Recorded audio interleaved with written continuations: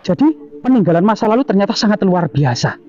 Ada sesuatu yang sangat misteri dan perlu dipecahkan. Yang ternyata jika kita memecahkan membutuhkan sumber-sumber historis. Tidak banyak sumber historis yang bisa kita lacak, namun kita bisa memutar otak untuk membanting setir bagaimana kemudian menyibak sejarah masa lalunya. Di sebuah kawasan yang dikelilingi oleh gunung-gunung ini ya, ada Gunung Welirang Arjuna, Budak Panderman, Kelut, ya. Di tengah-tengah celah sempit ini ternyata merupakan jantung Jawa Timur, pusat peradaban abad ke-10 yang tidak banyak orang yang tahu. Nah, kita coba menelisik jejak-jejak di sini.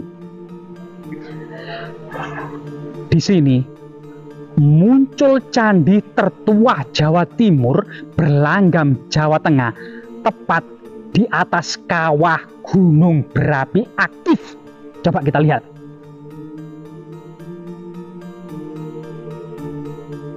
Rahayu, rahayu, rahayu, rahayu, rahayu, rahayu, rahayu, rahayu, rahayu, rahayu, mbak, rahayu. Jadi agar puncak kawah gunung berapi aktif ini tidak ada yang kecemplung atau terjebur, terutama anak-anak kecil, ini ditutup dengan jeruji besi. Tapi jika kameramen bisa mendekat dan suara umep atau begudul ya, atau munculnya kawah ini bisa lebih ke mendekat. Nah, di sini. Lah, inilah kawah muncul, menggudul, menyumbul, bergudul gerudul. Nah, dari Gunung Merapi aktif. Dan coba kita lihat, ternyata di atasnya berdiri candi yang sangat megah berlanggam Jawa Tengah dengan arsitektur batu yang keras yang diduga dibangun pada masa antara Rakai Pangkaja Dyah Wawa tahun 928 atau masa Empu Sendok antara tahun 929 sampai 947. Nah, ini sangat luar biasa sekali. Jika kita kelilingi candi ini, kita akan mendapati yang pertama, ini candi kecil. Ya, candi kecil.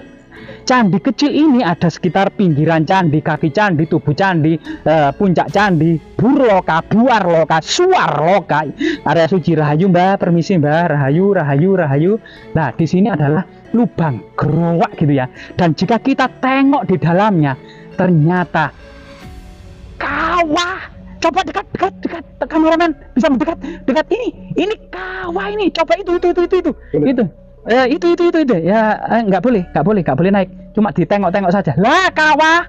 Lah, ternyata kawah gunung berapi aktif, air panas. Ya, ini jika kita mengelilingi candi ini ya, selain kemudian pinggiran candi, antefik, jaladuara, ya, putri-putri bidadari yang sangat cantik, antefik yang ada di sini ya, pojok-pojok dan pelipit-pelipit ini bergaya Jawa Tengah.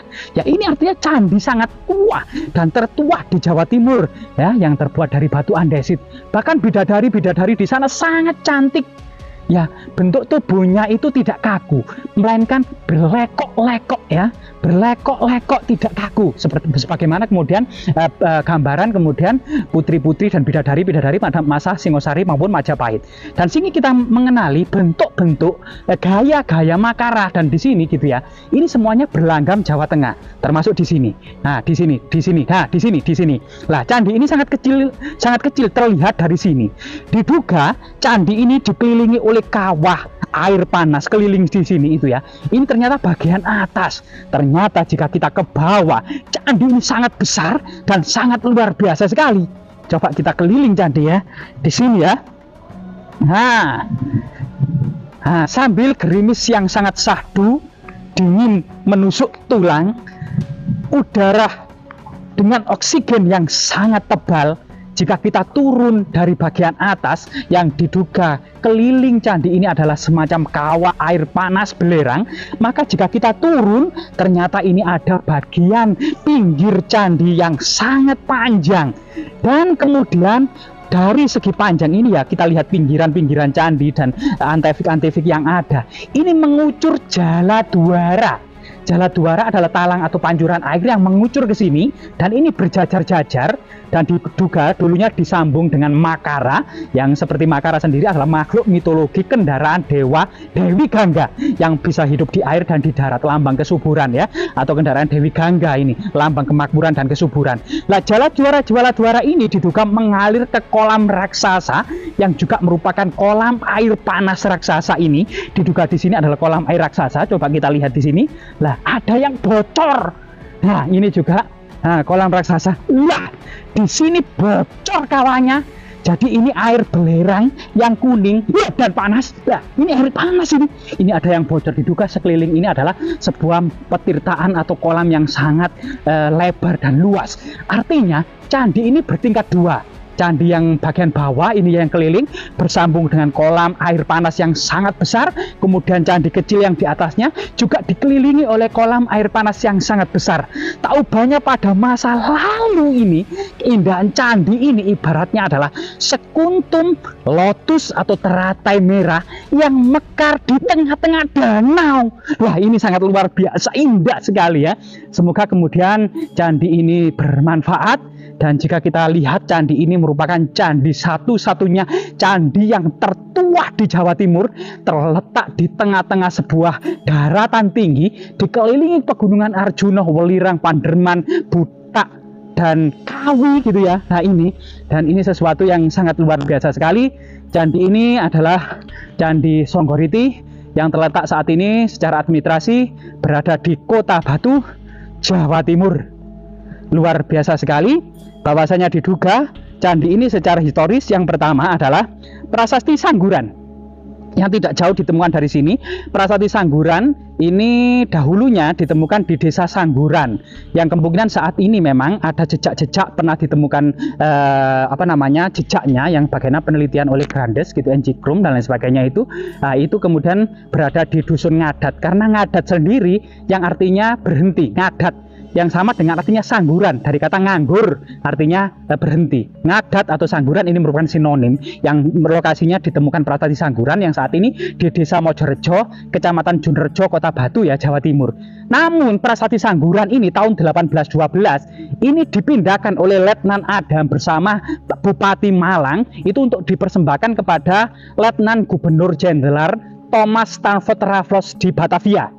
Thomas Stamford Raffles pun sebagai Letnan Gubernur Jenderal ini mempersembahkan kepada Gubernur Jenderal Lord Minto yang ada di India. Oleh Gubernur Jenderal Lord Minto sejak saat itu sampai saat ini diletakkan di halaman rumahnya di Skotlandia, Inggris. Namun masyarakat Ngadat itu kemudian mempersembahkan sebuah replikanya. Sampai saat ini pemerintah Provinsi Jawa Timur maupun Kota Batu berusaha untuk mengembalikan lagi prasasti Sangguran yang syarat akan makna.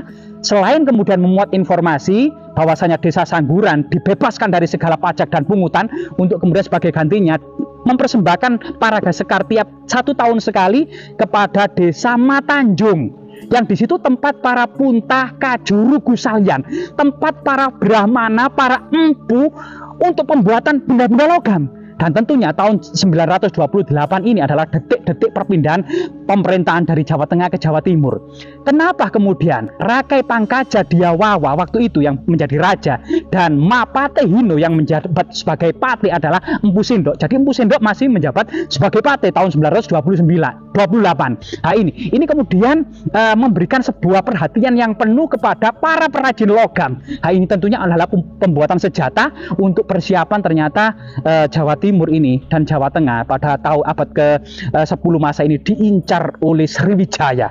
Sriwijaya sangat getem dengan Jawa karena memang prasasti yang tua bahasa Melayu kuno itu adalah tidak bakti ka Sriwijaya. Jadi Jawa tidak bakti ka Sriwijaya. Jadi menyebut Jawa. Jadi Jawa ini memberontak. Nah, disitulah kemudian memang perebutan kekuasaan antara Sriwijaya dalam menguasai Asia Tenggara. Sejak dinasti Sailendra itu memang kedudukan Sriwijaya berada sebagai negara bawahan. Namun kemudian kondisi pada abad ke-10 ini terpisah antara Sriwijaya dan Jawa. Karena Empu Sendok ini masih juga keturunan dinasti Sailendra Jawa Tengah. Dan ini luar biasa sekali, selain kemudian memuat informasi tentang itu, ya, tentang pembuatan senjata, diduga memang desa Matanjung itu berada di sekitar Songgoriti ini. Semoga Candi Songgoriti bermanfaat ya bagi nampung kesejarahannya, arti nilai historisnya, dan sangat luar biasa sekali. Mungkin bisa mengembalikan ke masa awalnya dalam sebuah restorasi ya, biar kemudian masyarakat dan generasi sekarang dan yang akan datang tahu bentuknya seperti apa, dan tahu bisa menyaksikan kolam air panas yang sekelilingnya itu seperti apa, atau yang disebut juga kemudian kawah. Nah, sebentar kita jauh-jauh sampai di sini bertemu kawah air panas belerang. Terkadang saya yakin tubuh kita ini membutuhkan belerang untuk menjaga kestabilan tubuh kita. Nah, coba kawah yang begudul ini ya, yang memang agak panas ya, agak panas. Mbah Rahayu, Mbah Rahayu, Rahayu. Kita ambil sedikit. Aduh, panas. Dan kita minum.